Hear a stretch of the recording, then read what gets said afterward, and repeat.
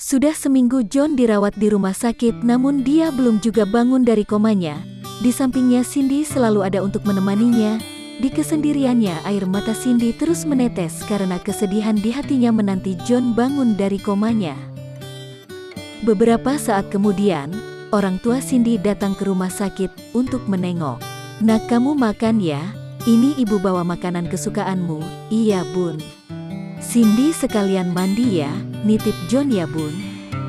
Dan Cindy pun segera mandi karena dia seharian jaga John memang belum mandi. Dalam hatinya Cindy bergumam, "John, kapan kamu bangun? Aku rindu suaramu, tawamu. Cepat bangun John." Air mata Cindy pun keluar lagi membasahi pipinya, namun dia berusaha kuat. Tak lama kemudian ibu John pun datang dan menyapa ibu Cindy. "Udah lama Jeng di sini?" tanya ibu John. "Belum lama juga Jeng, baru 5 menitan." Jawab ibu Cindy. "Cindy kemana Jeng, kok gak kelihatan?" tanya ibu John. "Ada, baru mandi Jeng." "Gimana ya Jeng, sudah 1 minggu John belum bangun?" Kasihan sama Cindy Jeng. "Ya semoga John cepat bangun dan bisa pulih seperti sedia kala," jawab ibu Cindy. "Iya Jeng, amin," jawab ibu John yang meneteskan air matanya. Ibu Cindy pun memeluknya. Selesai mandi, Cindy menghampiri dan duduk di samping ibu John, lalu memeluknya dengan erat disertai tangisnya. "Ibu, sudah seminggu ini John belum juga bangun." "Cindy takut Bu." "Cindy takut kehilangan John Bu," Cindy berbicara sambil menangis.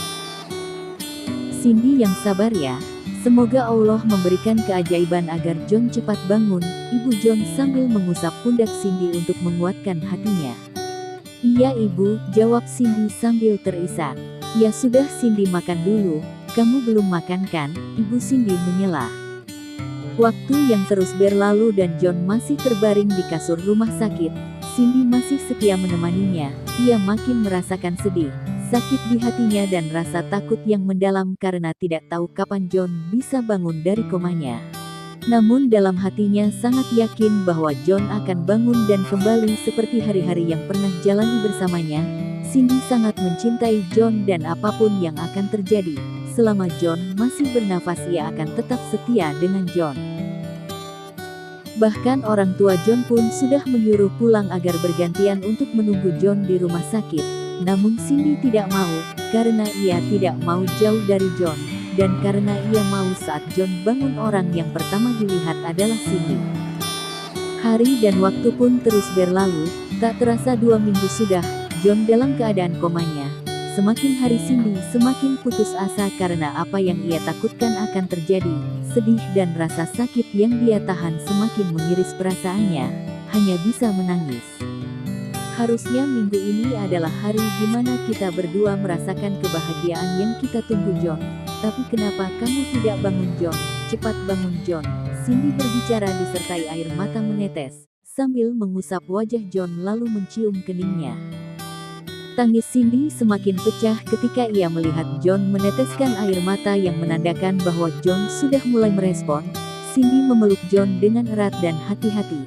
Hatinya mulai sedikit tenang dan keyakinan hatinya semakin kuat bahwa John akan bangun. Tak lama kemudian suara pintu dibuka. Ayah dan ibu John datang membawa makanan dan buah untuk Cindy. "Pagi Cindy, gimana perkembangan John sekarang?" sapa ayah John. "Pagi ayah. Alhamdulillah John ada sedikit respon namun masih belum bangun," jawab Cindy. "Kamu udah mandi nak?" tanya ibu Cindy. "Sudah ibu, tadi sekalian subuh," jawab Cindy. "Ini ibu bawain sarapan, kamu makan dulu ya nak?" "Iya bu, makasih ya udah dibawain makanan," jawab Cindy dan beranjak dari duduknya dan mulai sarapan. Selesai sarapan Cindy kembali duduk di samping John lagi, dan ngobrol sama ayah dan ibunya John. "Nak, ayah kasihan sama kamu, tapi kami juga gak tahu harus bagaimana. Tapi kamu pulang dulu ya biar ibu yang gantiin jaga John. Kamu udah 2 minggu gak pulang." "Iya ayah, hari ini Cindy mau pulang, karena mau ambil baju buat ganti karena kemarin cuma bawa beberapa baju buat ganti," jawab Cindy. "Iya nak Cindy, gak usah khawatir John pasti baik-baik saja," timpal ibu John. "Iya bu, nitip John ya bu," jawab Cindy. Sore harinya Cindy berpamitan dengan ibu John. Ia akan pulang sebentar untuk ambil pakaian. Di perjalanan Cindy hanya diam dan melamun memikirkan John dan sesekali melihat cincin yang ada di jarinya. Tak terasa Cindy sudah hampir sampai di rumahnya. Sesampainya di rumah masih sepi karena ayah dan bunda Cindy belum pulang. Cindy langsung ke kamar lalu mandi. Selesai mandi ia pun rebahan bermaksud istirahat sebentar namun malah tertidur sampai pagi. Waktu menunjukkan pukul 4.30 alarm di HP berbunyi. Lalu Cindy terbangun dari tidurnya. Beberapa saat setelah selesai sholat subuh Cindy ke dapur dan menemui ibunya. Namun ia belum menyadari sesuatu. "Tumben jam segini udah mandi, kamu mau kemana?" tanya ibunya. "Kok kemana sih Bun?" jawab Cindy heran.